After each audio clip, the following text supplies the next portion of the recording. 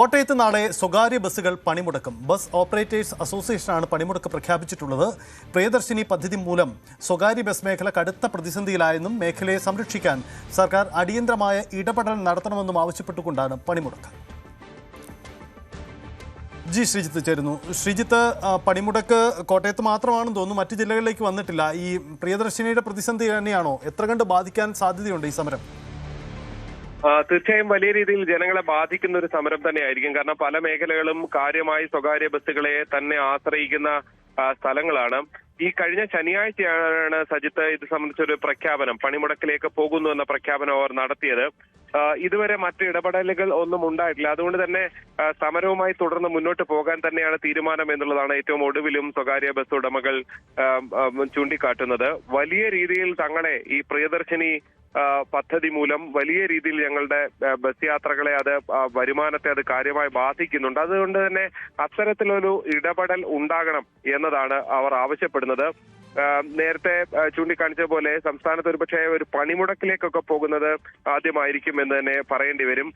മറ്റ് പല ജില്ലകളിലും ഒരുപക്ഷെ ഇതിന്റെ ഒരു തുടർച്ചയായി പണിമുടക്കുകൾ ഉണ്ടാകാനുള്ള സാധ്യതയും കാണേണ്ടി വരും. എന്തായാലും നിലവിൽ വലിയ പ്രതിസന്ധി തന്നെയാണ് ഈ മേഖല നേരിടുന്നത്. അതാണ് അവരൊരു പ്രതിഷേധമായി രേഖപ്പെടുത്തുകയും ചെയ്യുന്നത്. സജിത്ത്, അതാണ് സാഹചര്യം. എന്തായാലും കോട്ടയത്ത് നാളെ സ്വകാര്യ ബസ് പണിമുടക്കാണ്. മറ്റ് ജില്ലകളിലേക്ക് കൂടി ഈ പണിമുടക്ക് വ്യാപിക്കാനുള്ള സാധ്യതയുണ്ട്. കാരണം എല്ലാ തരത്തിലുള്ള നിയന്ത്രണവും വിട്ടുപോകുന്ന അവസ്ഥയിലേക്ക് ഈ മേഖല കടന്നുപോയി എന്നതാണ് അവരുടെ ആരോപണം. പല മേഖലകളിലും പരസ്യ പ്രതിഷേധങ്ങളും നീക്കങ്ങളും നമ്മൾ കണ്ടതാണ്. കൂടുതൽ ശക്തമായ പ്രതിഷേധ നീക്കങ്ങൾ നമുക്ക് വരും ദിവസങ്ങളിലും പ്രതീക്ഷിക്കാമെന്നതാണ് സാഹചര്യം. എന്തായാലും ഈ വിഷയത്തിലടക്കം കടുത്ത പ്രശ്നങ്ങളാണുള്ളത്. എന്തായാലും ഈ മേഖല നേരിടുന്ന പ്രശ്നങ്ങൾ പഠിക്കുന്നതിന് വേണ്ടി സർക്കാർ ഒരു സമിതിയെ നിയോഗിച്ചിട്ടുണ്ട്. ഈ സമിതിയുടെ റിപ്പോർട്ട് കിട്ടിയ ശേഷം ഇക്കാര്യത്തിൽ കൂടുതൽ നീക്കങ്ങൾ ഉണ്ടാകുമെന്നാണ് മന്ത്രി കൂടി വ്യക്തമാക്കുന്നത്. CP ജോൺ, ഗതാഗത മന്ത്രിയുടെ വാക്കുകൾ ഇങ്ങനെയാണ്: സ്വകാര്യ ബസ് ഉടമകളുടെ പ്രയാസങ്ങൾ പഠിക്കാൻ കമ്മിറ്റി രൂപീകരിക്കും. ഇപ്പോഴുള്ള സ്വകാര്യ ബസ് പ്രതിസന്ധിക്ക് കാരണം 10 വർഷമേ മേഖലയെ തിരിഞ്ഞു നോക്കാത്തതാണ്. മുൻ സർക്കാരിനെ കുറ്റപ്പെടുത്തുകയാണ് മന്ത്രി.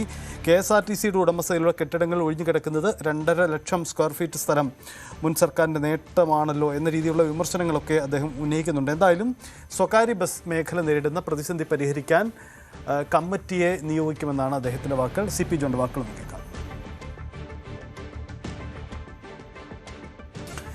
എന്തായാലും ഈ വിഷയത്തിൽ CP ജോണിൻ്റെ പ്രതികരണമാണ് നമ്മൾ കേട്ടത്.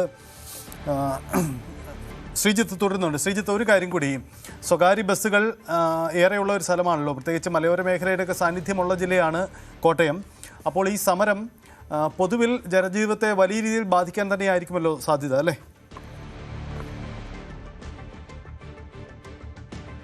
അതാണ് സാഹചര്യം. എന്തായാലും ശ്രീജിത്തിലേക്ക് മടങ്ങി വരാം. സ്വകാര്യ ബസ് മേഖലയിൽ കടുത്ത പ്രതിസന്ധിയാണ്. ഗോപിനാഥ് നമുക്കൊപ്പം ചേരുന്നുണ്ട്, സ്വകാര്യ ബസ് ഉടമകളുടെ സംഘടനയുടെ പ്രതിനിധി അദ്ദേഹം. നാളെ കോട്ടയം ജില്ലയിൽ പണിമുടക്കാണ്.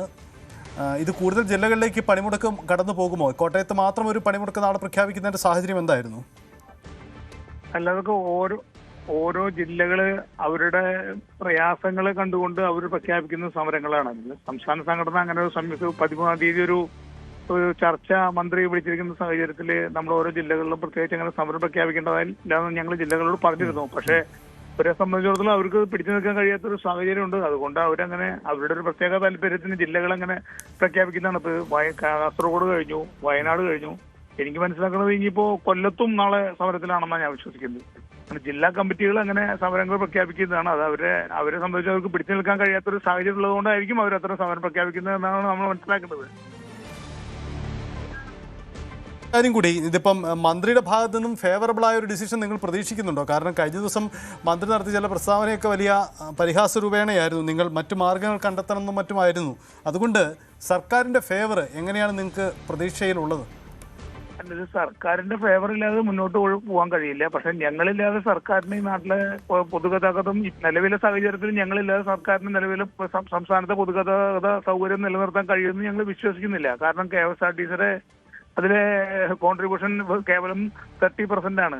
ബാക്കി 70% പൊതുഗതാഗതം നിയന്ത്രിക്കുന്നത് സ്വകാര്യ ബസ്സുകളാണ്. അപ്പൊ സ്വകാര്യ ബസ്സുകളെ ഒഴിവാക്കിക്കൊണ്ടുള്ള ഒരു സമീപം സർക്കാരിന്റെ ഭാഗത്ത് ഉണ്ടാവില്ല എന്ന് തന്നെയാണ് ഞങ്ങൾ വിശ്വസിക്കുന്നത്. ബഹുമാനപ്പെട്ട മുഖ്യമന്ത്രി അതുപോലെ തന്നെ ബഹുമാനപ്പെട്ട ഗതാഗത വകുപ്പ് മന്ത്രി ഇക്കാര്യത്തില് കൃത്യമായിട്ടുള്ള കാര്യങ്ങൾ പറഞ്ഞിട്ടുണ്ട്. പിന്നെ പരിഹസിക്കുന്ന രൂപ എന്നൊക്കെ പറഞ്ഞാൽ അദ്ദേഹം മറ്റു മാർഗങ്ങൾ കണ്ടെത്താൻ ഉദ്ദേശിച്ചത് വേറെ ഞങ്ങളുടെ പരസ്യവും അത്തരത്തിലുള്ള കാര്യങ്ങളായിരിക്കും. അതൊക്കെ എത്രത്തോളം പ്രാക്ടിക്കൽ ആവണമെന്നുള്ള കാര്യത്തിനെ കുറിച്ചൊക്കെ ചർച്ച ചെയ്ത് വേണം തീരുമാനിക്കാൻ. എന്തായാലും ഗവൺമെന്റ് ഇക്കാര്യത്തിൽ സ്വകാര്യ ബസ് വ്യവസായത്തെ ഒഴിവാക്കിക്കൊണ്ട് നമ്മുടെ നാട്ടിലെ പൊതുഗതാഗത മേഖല കൊണ്ടു നടക്കാൻ കഴിയുമെന്ന് വിശ്വസിക്കില്ല എന്നാണ് ഞങ്ങൾ വിശ്വസിക്കുന്നത്. ശരി, അതാണ് സാഹചര്യം. വളരെ നന്ദി ശ്രീ ഗോപിനാഥ്. ഒരു കാര്യം വ്യക്തമാണ്, ഈ ബസ് മേഖല നേരിടുന്ന അസാധാരണമായ പ്രതിസന്ധി, പ്രിയദർശിനി ബസ് സർവീസിന്റെ ആരംഭമാണ് ഇതിന് കാരണമെന്ന് അവർ പറയുന്നു. നാളെ കോട്ടയത്ത് പണിമുടക്ക്. കൂടുതൽ വാർത്തകൾക്ക് news 18 Keralam YouTube channel subscribe ചെയ്യുക.